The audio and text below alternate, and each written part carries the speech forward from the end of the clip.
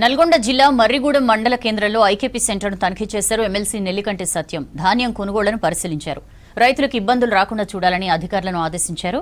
అకాల వర్షాలతో అన్నదాతలు అవస్థలు పడకుండా ఉండేలా చర్యలు తీసుకోవాలని సూచించారు ఎమ్మెల్సీ.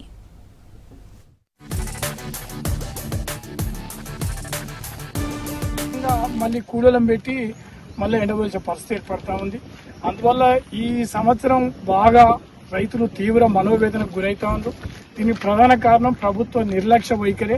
ఎందుకంటే ప్రభుత్వానికి చిత్తశుద్ధి లేదు. ఎందుకంటే మొదటనే మనకు పంట ఎంత వస్తుంది, వీళ్ళకి ఎన్ని గని బ్యాగులు కావాలి, లారీలు ఎన్ని పడతాయి, మరి అన్నిటి మీద ఈ ప్రభుత్వానికి ఒక సరి అయినటువంటి మరి ఒక సమాచారం సేకరణ లేకపోవడం, దూరదృష్టి లేకపోవడం వల్లనే ఈ రైతులు తీవ్ర ఇబ్బందులకు గురవుతా ఉన్నారు.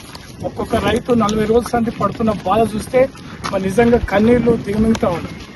గత 2 రోజులుగా వర్షాలు పడి రైతులు మొత్తం కూడా నీళ్ళల్లా వడ్లని మనకు కనపడతా ఉంటే నిజంగా రైతు బాధ ఎంత అనేది మనకు అర్థమైంది. ఇప్పటికే వ్యవసాయ రంగం తీవ్ర సంక్షోభంలో ఊరుకపోయింది. ఇలా పండించిన పంటలకు ఒక రకంగా గిట్టుబాటు ధర లేదు. దాంతోపాటు ఇవాళ ఈ కొనుగోలు కేంద్రాలలో అలసత్వం, మరి దీంతోనే తీవ్ర ఇబ్బందులు ఏర్పడతాం.